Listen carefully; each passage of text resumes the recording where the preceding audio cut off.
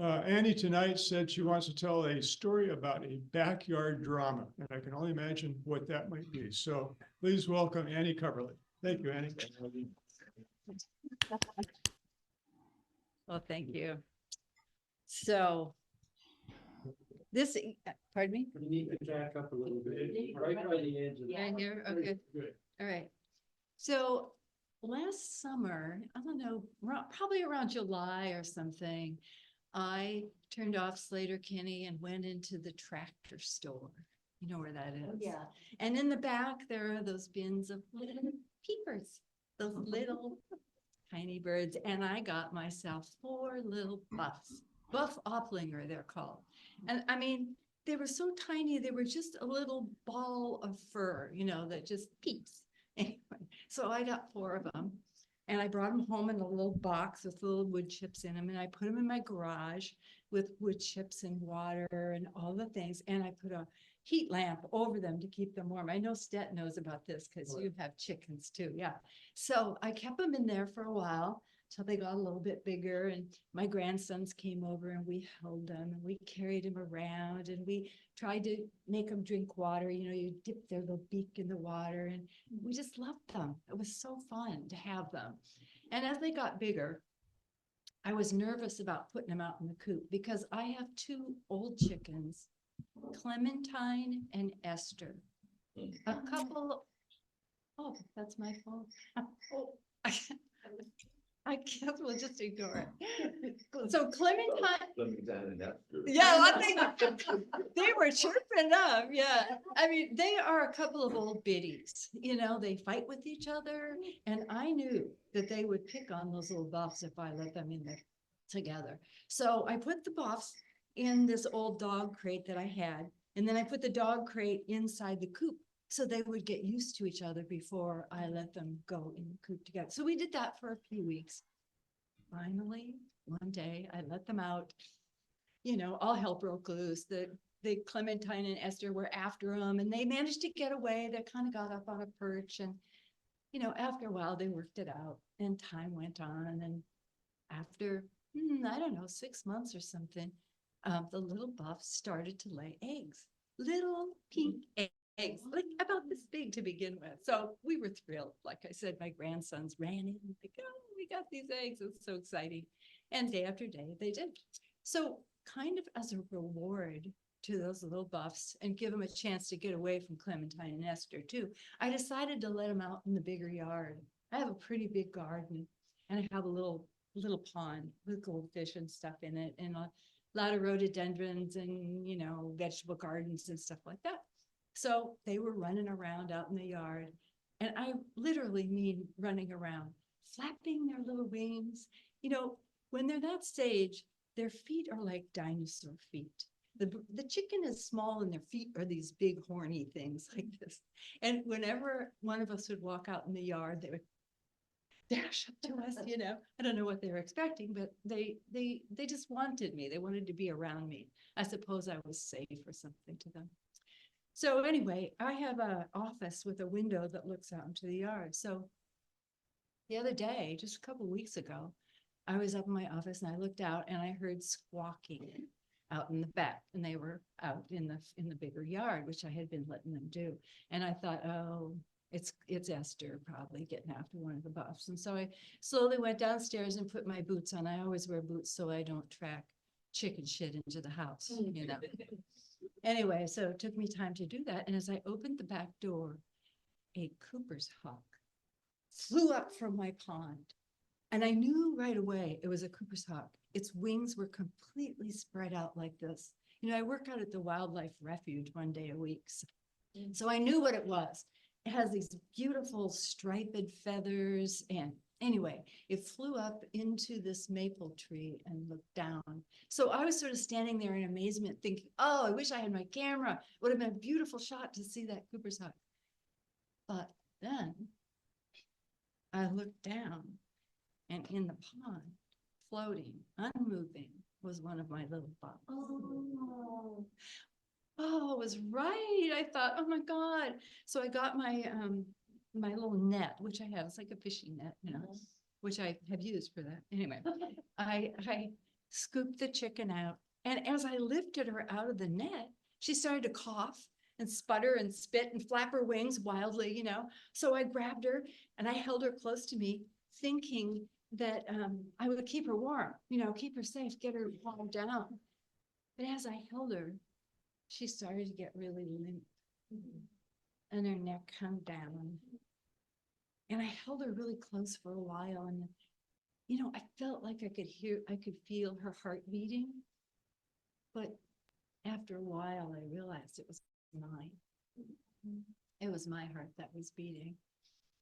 And I was just sort of overcome with this wave of grief.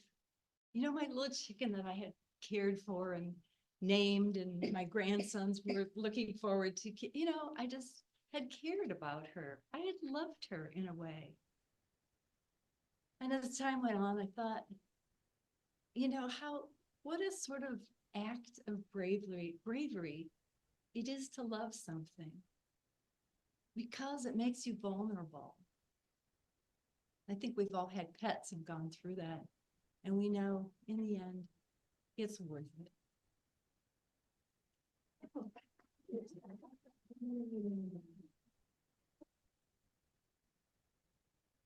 Thank you, Annie. Yep, I've got chickens, 7 of them, 3 different age groups. And then I found out the darn things live for like 10 years. Clementine and Esther's in your coop, I bet. 10 years. And then the neighbor called up and said, I've got two bigger chickens are picking on the little chicken. And so I can't leave them together. Can you take 2 more chickens? And I'm thinking, no way. We've got a nice coop that I spent too much time this summer building on. And I'm thinking, would anybody like some chickens? I mean, these are wonderful stories. Do you have a backyard? I've even got a little pen I can throw in with them. No, something like that. You know what, it doesn't have eggs. Oh, yeah.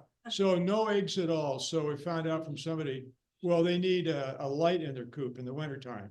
So then I had to go get a light and get that into the coop. And then I had to find the right kind of timer and get that thing going. So the blasted little buggers are finally laying some eggs, you know. So I'm saying I'm not going to pay $6 a dozen for eggs when I can pay $30 a month for nothing, you know. So anyway.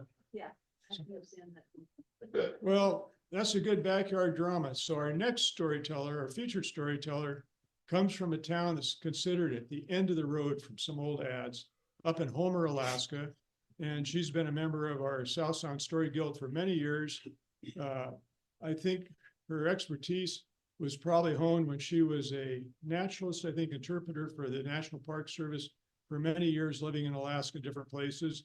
So Ingrid Nixon is going to now give us a few stories from her life, and I'm looking forward to hearing about it. Don't know if it's going to be about her expeditions to the Antarctic or what it is, but I'm sure you're going to be very fascinated by her stories. Thank you.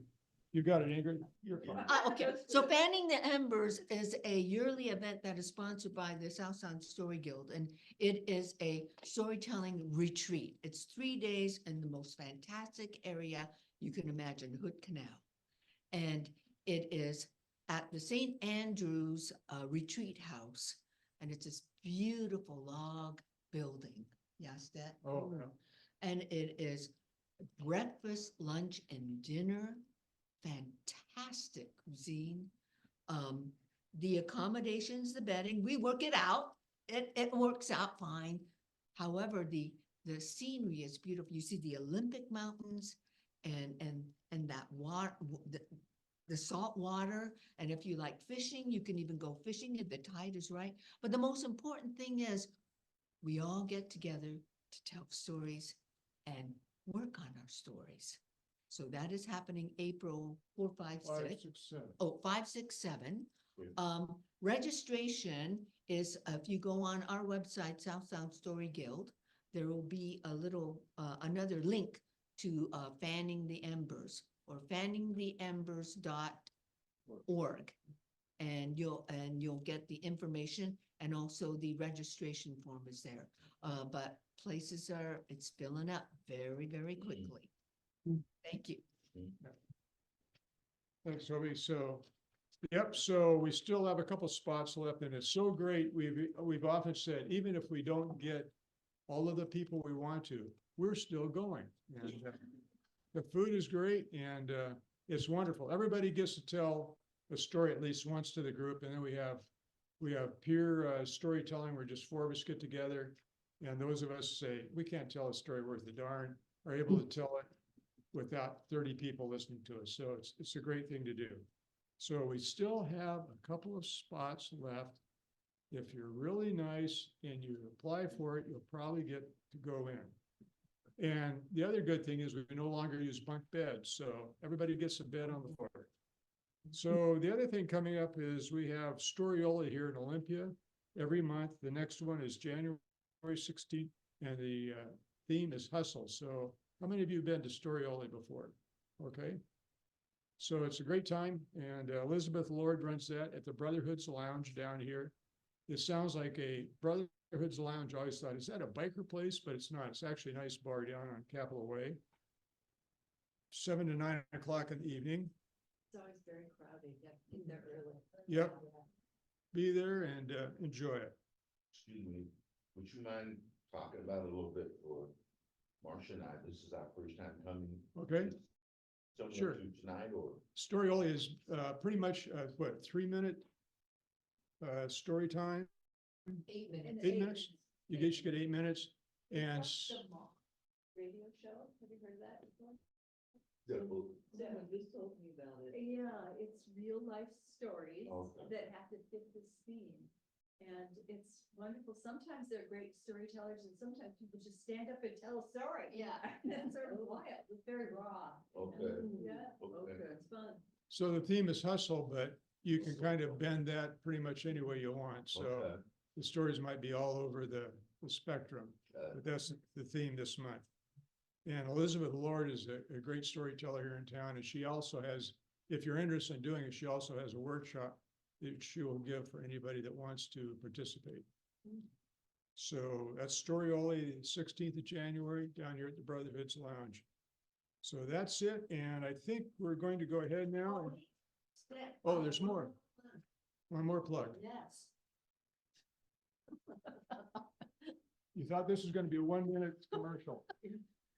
I just want to share that Steph will be featured in in a program sponsored by the Seattle Guild. And in this program, they are they had asked many of the guilds in the Washington area, I believe, or Portland also, to have someone represent the guild, talk a bit about the guild, and share a story. And so Steph will be doing that. January 19th, I Right. believe, right? Yeah. That's that. And I will again send out a link, and please join if you can, because there are going to be some amazing storytellers for you to listen to. January 19th, 7 o'clock. I'll have to double check, but I'll send it out. Well, the heat's on, I only have another week to prepare, so I have one more question. Sure. promise I will answer. you're okay. Like I said, we're not restricted to a minute on our commercial, Okay. so go ahead. And that is, just, technically, well, I'll do this, I'll give an example, and that is, my book, and I'm not trying to plug my book, but. Go ahead, sure. Well, I started there, right? My, Mom, view from the back of the bus. Right. Yeah. thank you, is a series of stories. And my question is, if I was interested to tell a story here, at some point, is it okay to begin the story by reading something and then go into the story, or is it totally story? Traditionally, stories aren't read at all, Okay. but I think you can do it anyway. I mean, I think you can still tell your story without doing that, right? Yes. Sure. I can. Yeah. I can, but, no, I'll shut up. No, I can't. no. Yeah, Plug the book and tell the stories. So we have people on our guild who tell stories from their books, so okay, that'd be a great way to do it. okay, I just wanted to know Oh, yeah. the rules, okay. So, well, John, are you ready to tell a story? Sure. So John's coming all the way down from Sequim, Washington, and he's gonna drive back tonight. 2 hours in the dark and windy roads. Okay. Thank you, Stan. My first set of wheels. I was 8 years old in 1954. I was sitting on the back porch and my dad walked by. Hey, Dad, can I ask you a question? Sure. It gets snappy. I gotta go to work. Well, could I spit it off, son? I need a bike. Can I have a bike? Everybody's got a bike. Blister has a bike. She's had a bike a long time. Can I have a bike? Well, first of all, your sister's name is Carla. And number two, I'll have to discuss this with your mother. Good. Would you tell Mom I want it blue? And I don't want a sissy bike. I want a real bike. I want a bike with a man bar in the middle. Okay, can I have that?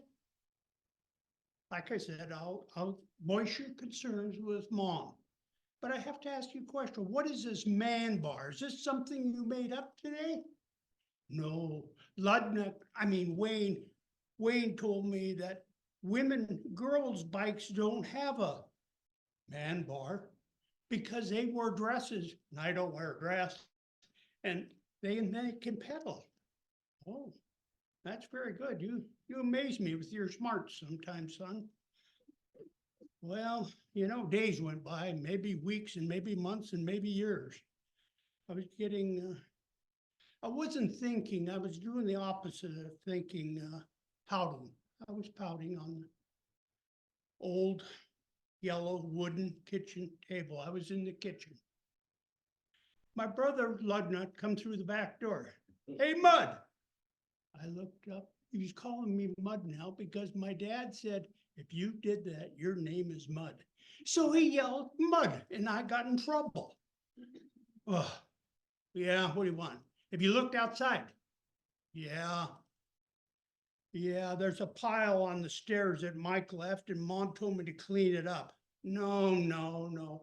And nobody likes me and I wanted a bike and I don't got anything. I don't want. Hey, you're my little brother. Little brothers do not cry. Babies cry. Now go outside and take a look. Well, I hung my head down so low, my hair was sweeping the floor as I walked out. Went to the back stairs and looked down the stairs and there was that pile that Mike left. And then something caught my eye. It didn't really catch it. It didn't fall out. It just saw it. A bike. Blue. I ran back inside. Lieutenant, there's a bike out there, a blue bike. Is that mine? Thank you. Oh, thank you. Well, don't thank me. You're gonna have to thank your mom and dad. Now it's a used bike. It's not new, but it's nice. I'm gonna go upstairs, change clothes, and I'll come down and put another set of wheels on it. Well, it's new to me.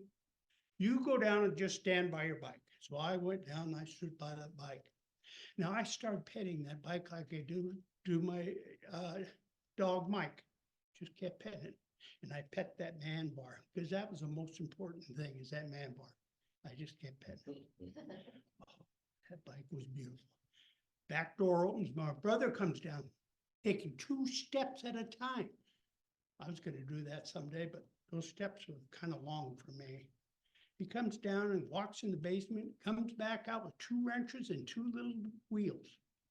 Puts them in hand, picks his bike up, puts it on his shoulder, and we walk down the other set down to the street. He takes that bike, he flips it over. Now, my brother's really smart when it comes to motorcycles, go-karts, and maybe cars. But bicycles, I'm kind of wondering, maybe he's missing something. He takes off this nut, he puts on the wheel, it's upside down, just like the other wheel. I'm really worried about him now. He does it on the other side. Then he turns it upside down like this. My brother's about as smart as grown-ups are. He's pretty smart. I look at that bike, it's beautiful. You ever ridden a bike? No, I seen Blister ride and she's just a dumb girl and I can ride better than her. Okay, get on the bike and let's go. So I climbed on the bike, put my feet on the pedals, put my hands there. Let go, Ludnuck, I'm ready to go. Let go. But I'm not doing anything. You got to pedal. Push down on the pedals and make them go. And push back, you wanna stop. Off I took. I was going. I ran into the bank and stopped. Going again. I ran into Spitz, mom and dad's car. Shouldn't have been parked there. I hit it. I kept going. Then I ran into the garage where my dad parks his car. Oh. And then I finally got to the end of the street. It was a short street. I got off, turned the bike around, went back up. Then I came back down. I did this all day. It was beautiful. At the end of the day, I was just floating through there. I felt like I was leading the 4th of July parade down in downtown Juneau, waving at everybody. They were waving at me. It was amazing. So the next day, I'm out there about 7 in the morning. I'm doing it again. It's lunchtime. There's me, Blister, that's my sister, and Ludnut. We're having lunch. And I said, Ludnut, could you take those baby tires off? I'm not a baby. I don't need them. You sure you can handle this bike? I can handle it. Well, he goes down, takes those tires off, and I'm thinking maybe he should have left them on one more day. But I got on that bike and I pushed off and I went down. And I ran into a bank and fell over. I got back up and went a little farther, ran back into the bank again, fell over. I did this, got to the end of the street, got off, turned the bike around, went back, did this. Maybe 2 hours. And then all of a sudden my brain started to talk to me. My dad said to always listen to my brain. And my brain was saying, speed, we want speed. Now, I shouldn't have asked my brain this question, but I did.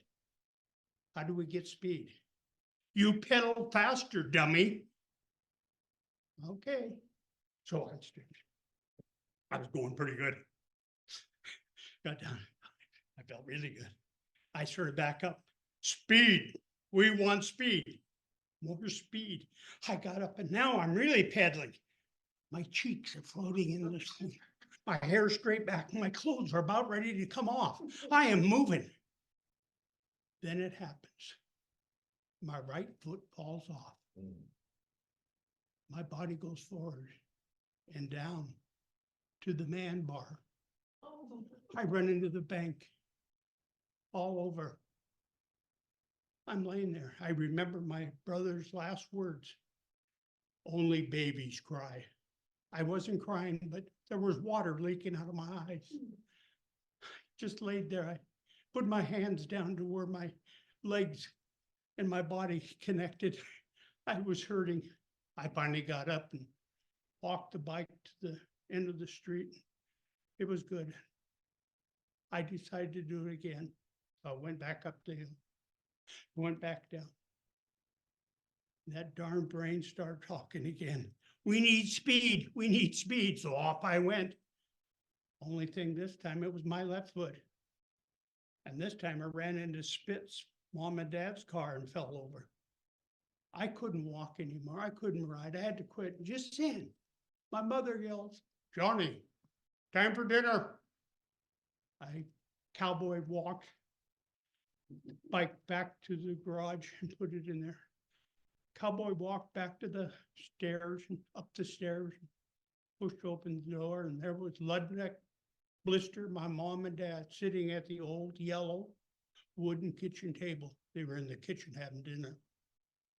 Mom, I don't think I can eat. I'm not hungry. I got a stomach ache. That's fine, son. Why don't you go up, lay down for a while?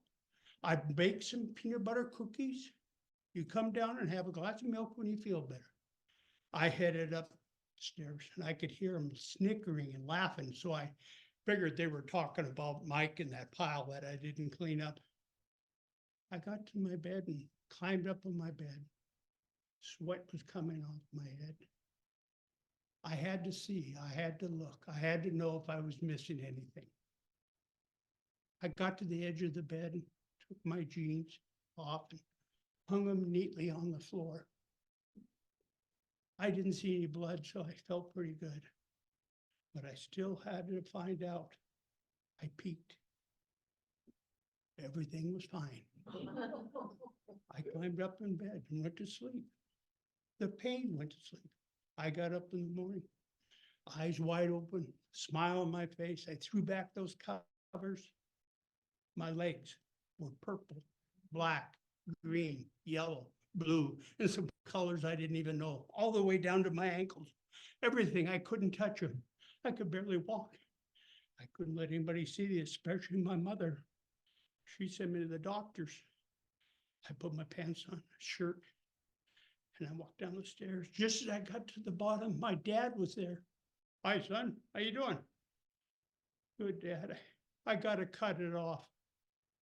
My dad turned white, like he'd seen a ghost or a grizzly bear. You are not cutting anything off.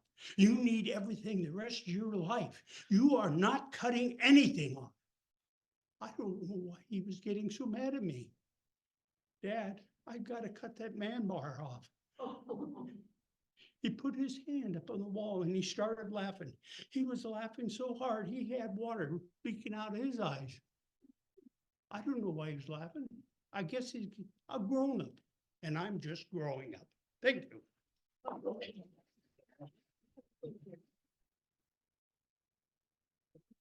Well, after that, John, did you borrow your sister Blister's bike to ride? So wasn't so bad after all, was it? So thank you. So Akasha is going to come up and tell us a story now, so.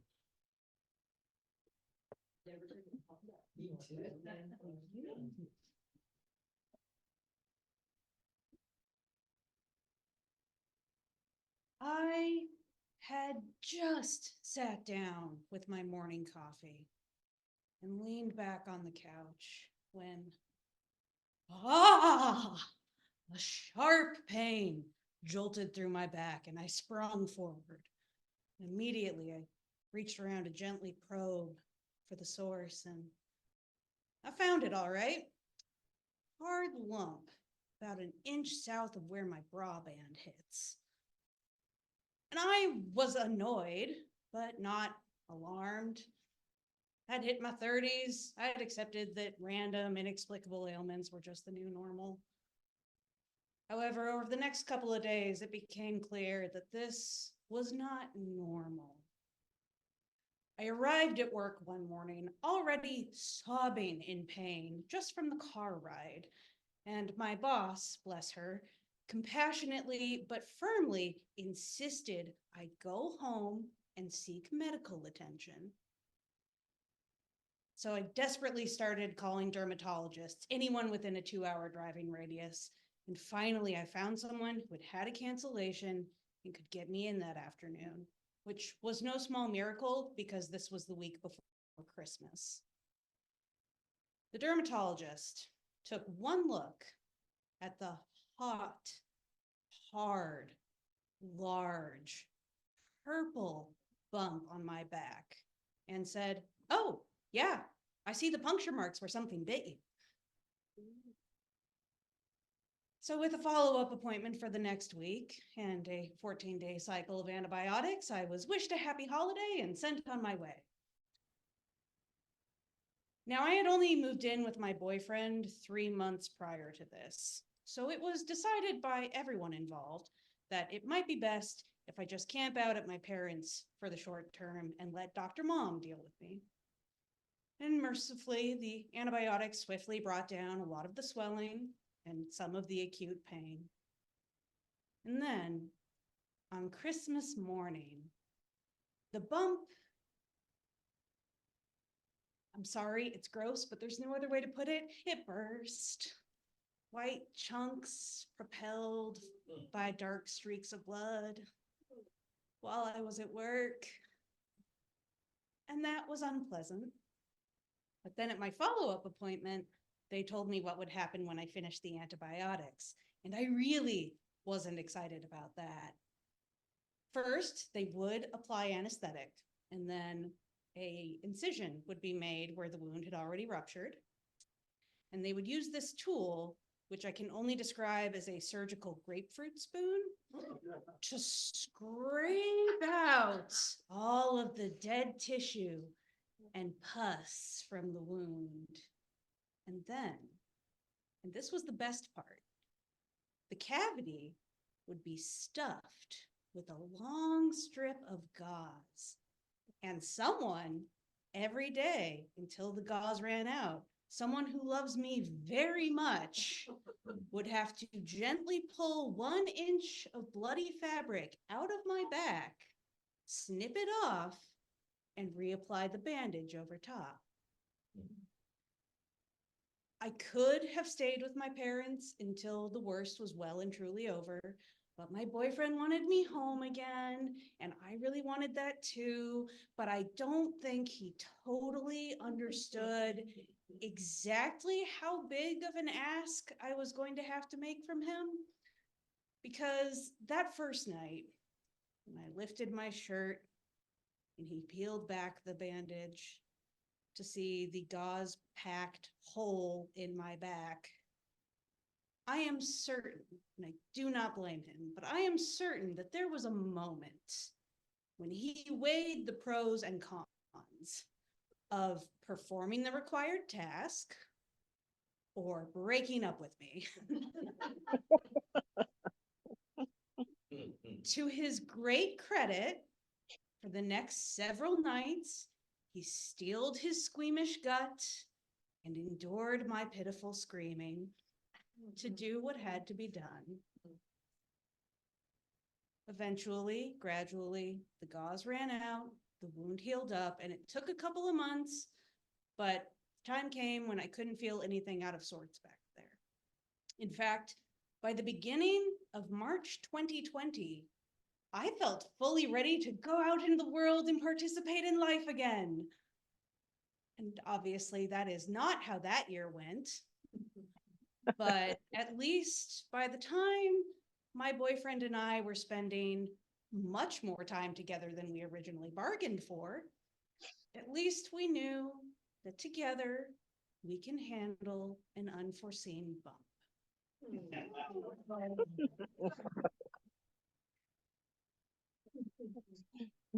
Well, we're just binge watching Seattle Gray on TV now, and I thought I'd seen all the wounds come through that emergency room, but that's a new one. So I'm glad you're better. So let's see, is Brett, is Ed Lewis up on the screen yet anywhere? I don't think so. Because we're looking forward to hearing from him. Well, how about if we have Toby tell a story now? So I think all of you know Toby. Toby's a rock climbing, taiko drummer, taiko builder with Brett, fly fisherman, mandolin picker, and everything else, storyteller. So here's Toby with the story. Thank you, Stet. Is this okay? Wait a minute. Okay. This is a folktale from China. Long time ago in China, there were 6 mighty blazing suns just shining down on earth from the heavens. It got very, very hot, and the people who lived on earth, well, they were just sweating and just were in agony that many of them started to live underground like worms. Soon, though, so hot that they began to starve to death. No crops. They gathered together. What are we going to do about this? Let's talk to Wang Yi. Wang Yi is the strongest warrior that we know in our area. You know, Wang Yi was born with this character on his forehead, born with it, the character of strength. So they all went to talk to Wang Yi. Now, Wang Yi was almost like showing his resume to them. Now, you know, I did wrestle that 3-headed Naga snake, destroyed it in that one-eyed cyclops while I just took his hair and chopped his head off. That's how mighty I am. So they explained to Wang Yi the situation about the 6 mighty suns, so hot. Yes, yes, I myself am hot. Yes, let's get rid of those suns. Now, meanwhile, Wang Yi's wife was standing right by him, listening to everything, and she was a very clever woman. So off they went outside, and it was hot. And Wang Yi thought, I can't wrestle the suns. I'd just be burnt to death. But my bow and arrow. So he got his arrows and he got his bow, and he shot up into the air, but the arrow just melted away. That is not going to work. What else should I? Now, while he was discussing, he had this habit of moving his feet back and forth, and he noticed that his foot was in a small puddle of water. Now, this puddle at one time used to be the biggest lake in all of China, but because of the heat, now it was just a small thing. But he noticed the reflection of the suns in the puddle. Aha! So he took his arrow and shot into one of the suns. The sun just dissipated. So he took another arrow, and he was on a roll.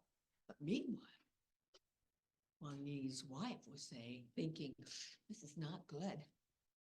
If he destroys all the suns, we are in trouble. So she took the last arrow from his quiver and put it in her sleeve. Then, hey, one more sun, but hey, everything's got wet. Now the sun was also very clever and knew what was going to happen. The sun immediately from the sky, whoosh, went and hid deep inside the cave of Spirit Mountain. Now the sky became dark and everyone was so happy. Oh, it's so nice and cool. Isn't this great? But then, as the days progressed, it was always dark and it was cold. Oh, what are we to do? Oh. Now, Spirit Mountain was listening to all of this. And one day there was this wind, and they could hear this whispering, go talk to the sun, apologize. So the villagers got together, they climbed the mountain, went to the mouth of Spirit Mountain and said, son, we are so sorry. We didn't mean to insult you. But the sun did not budge. The sun was not happy. So the villagers had to think, oh, what else should we do? And then Spirit Mountain's whisper also came again. Perhaps you could coax it with some kind of sound. Good idea. Okay, everyone go get crickets. So they gathered crickets and put them in these little ornate bamboo cages. And off they went to Spirit Mountain. But the sound was too soft. What else could we use? A cow. Let's use a cow. So they brought a cow to the mouth of Spirit Mountain, and the cow bellowed, but that just made the sun go to sleep. Tiger, let's bring a tiger. They brought the tiger up. Oh, the tiger was ferocious. That made the sun angry, and it started to spit out flames up from the mouth of Spirit Mountain. This is not going to work. What are we to do? And then it was Wang Yi's wife who said, I hear that there is a very holy visiting Japanese Buddhist monk that is traveling. Perhaps he can help us out and solve our problem. I will go and find him. So off she went with her little backpack, walking, and she had rumors that he was somewhere in the cave, in the mountain with 100 caves. And when she reached, she saw all these caves, but there was one with a flickering light. So off she climbed off that mountain, got to the lip of the cave and started to crawl in. Oh, she was so tired. And there, sitting on the rock, was the Buddhist monk. Shigetoshi Osho. Come in. I have been expecting you. I know of your problem, and I can help you out. Oh, yes, please, please, help us out. Please, Your Holiness. So the Buddhist monk got off from his rock, and he took out from his sleeve a creature. And that creature just ran around and ran between her legs. What is this? What, a chicken is going to help me? That is not a chicken. That is a roo hen. A roo what?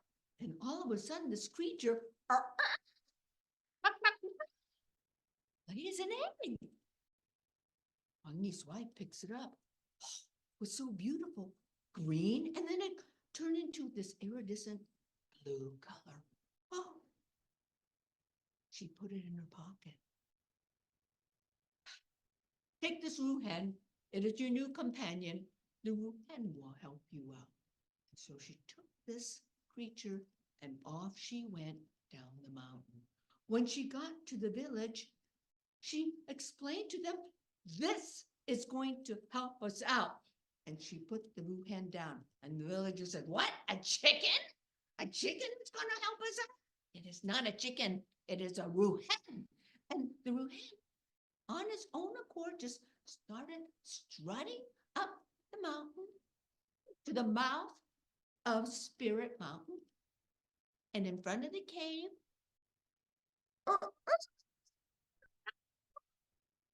and then the sun heard, and what is that beautiful sound? And was curious, came out, and of course the rays of the sun shone, and everyone started to feel the warmth.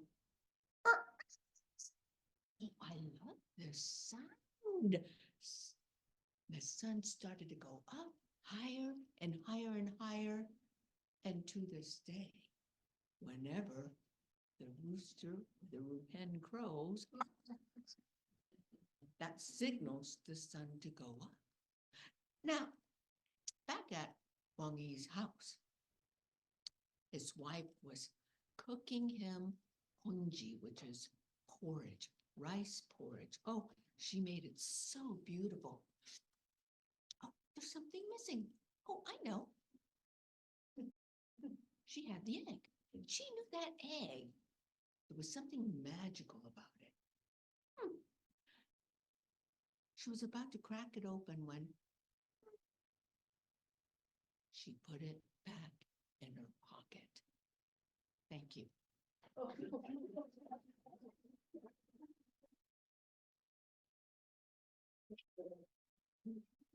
Well, we're hearing a lot about chickens tonight, so thank you.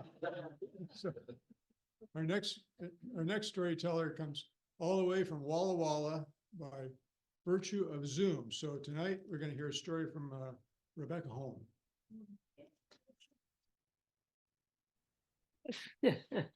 Hello, good to see you all. Thanks. In these days and times, I'm going to tell an old story that I've told many times, but it seems fitting to me tonight. So, long ago, Raven and Loon were very good friends. They were best friends. Raven and Loon, they would spend every day together. Every day. They would have so much fun. They would be with each other. They would relish their time together. So it was that one day, Loon was there by the edge of the water. And Loon looked up and saw Ah, no. Raven was by the edge of the water. Huh. Raven looked up and saw Loon flying there overhead, and Raven said, "Hey, hey, Loon, Loon, come here, come here." And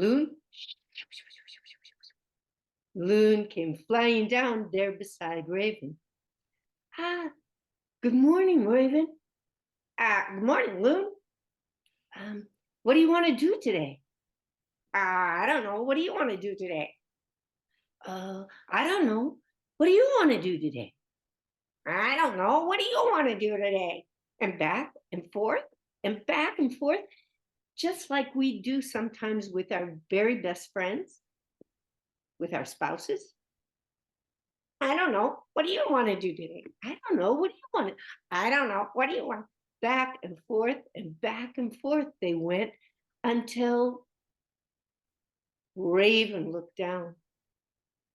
There he had made mud, deep, dark, gooey mud. He said, "Got an idea." Raven picked up a ball of mud and he said, "We'll decorate each other." You see, long ago, both Raven and Loon were just plain. They had no markings on them at all. They were just two plain white birds. Oh. Decorate each other, said Loon. Okay, you go first. And so Raven said, "Here, I'll go." He took that ball of mud and he started to draw there on Loon's white feathers. Oh, down the wing. So meticulous, so careful. And then, up around the back, down the tail, and even around the neck. Some beautiful stripes. Ah, all right, I'm finished, said Raven. And Loon walked over there to the edge of the water and looked at the reflection and went, oh, beautiful. Oh, yes, Raven, very nice. Oh, a little more right here. Yes, okay, said Raven. Now, it's your turn. You decorate me just the same. You do me now. And so Loon picked up a ball of that mud and started to draw there on Raven's feathers, but that wasn't quite right, and tried to erase it, but how about over here? Oh no, that's not good either. And the more Loon worked on it, the more of a mess it became, until Loon said, "I think I'm finished." And Raven went over there to the edge of the water and looked at the reflection and went, "What you done? What you done?" And started to chase Loon up and down the edge of the water. Back and forth, back and forth, until Loon went flying out far into the water. Raven bent down, picked up another ball of that mud and threw it. And it hit Loon in the head and covered Loon's head in black mud. Loon went swimming off there, but behind the weeds and the rushes, hiding away, calling out, "I'm so sorry, so sorry." And Raven still flies around this world in just as bad a temper, calling out, "Look what you've done." Now, I'm sorry to tell you that Raven and Loon's friendship was broken. I told that story many times, and I told it in a grade school assembly one day. And a young student, a young man came up to me afterwards and he said, you know, it was just mud. Why didn't they just wash it off? Wisdom for these days, my friends. Thank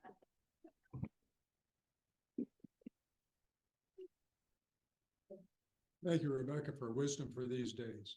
So it's been great. And do we have anybody on Zoom who would like to tell a story? We've got a time for at least one more story. Anybody out there wants to speak up? Brett, do you have a wise man story today that you wanted to tell? Oh, I do. Okay, Brett, along with taking care of all the audiovisual for us and everything, always has a great story of wisdom. All right.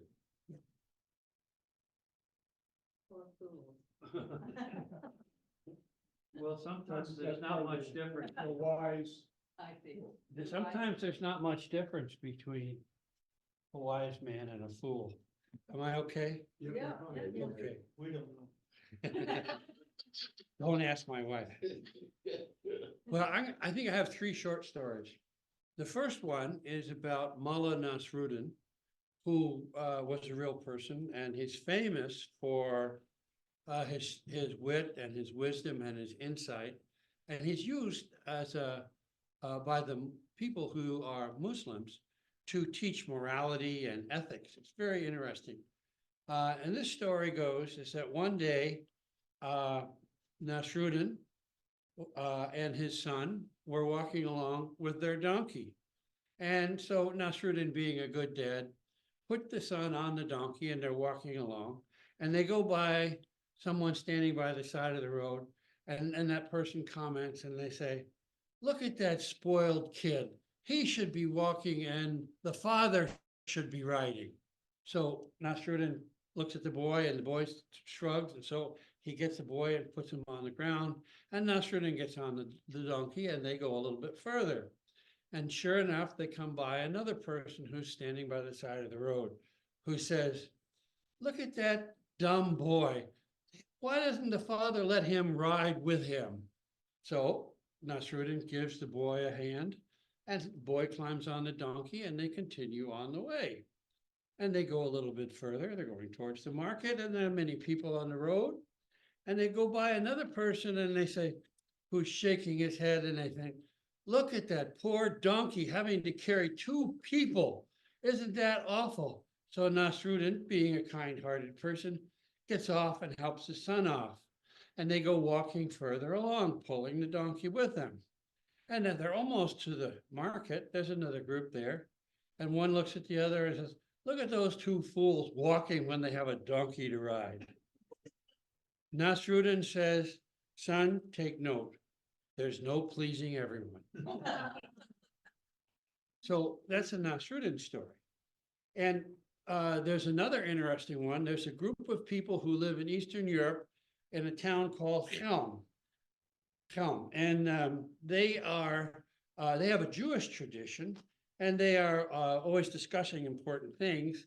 And so one evening, the people of Chelm go to bed and they're all sound asleep when all of a sudden the fire alarm goes, ding, ding, ding, ding.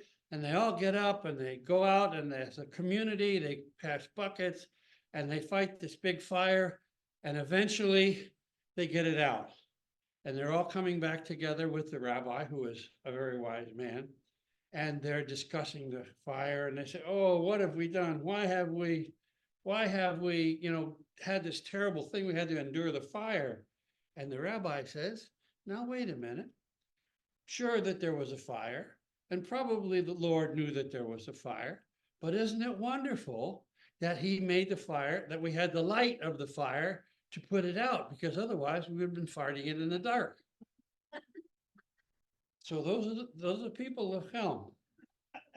And then I also have read a story about two of my two favorite Norwegians, Sven and Ole. I hope I'm pronouncing that right because we have a group member who is very concerned that I have the accent. I don't do the Norwegian accent because I can't.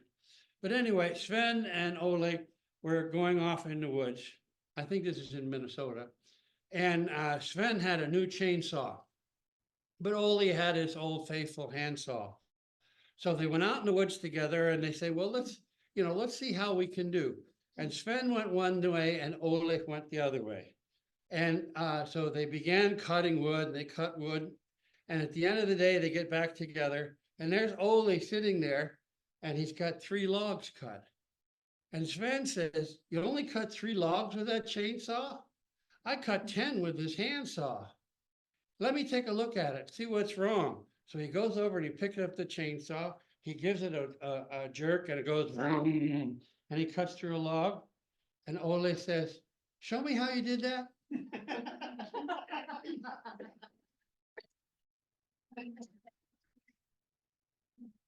Okay, so we're gonna wrap it up with some ethnic jokes and we're out of here before we get in trouble. So anyway, thank you everybody for coming and listening to the stories. We look forward to hearing some from your book.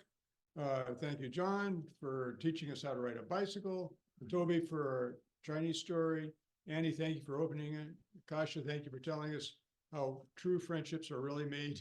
And Ingrid, thank you for being our featured storyteller tonight too. And for everybody who came and just listened, thank you. And we hope to see you here again in 1 month on a Wednesday night from 6 to 8 p.m. And we still have 2 spots open for Fanning the Embers. So that's it. Good evening and goodbye. And we close up. Great.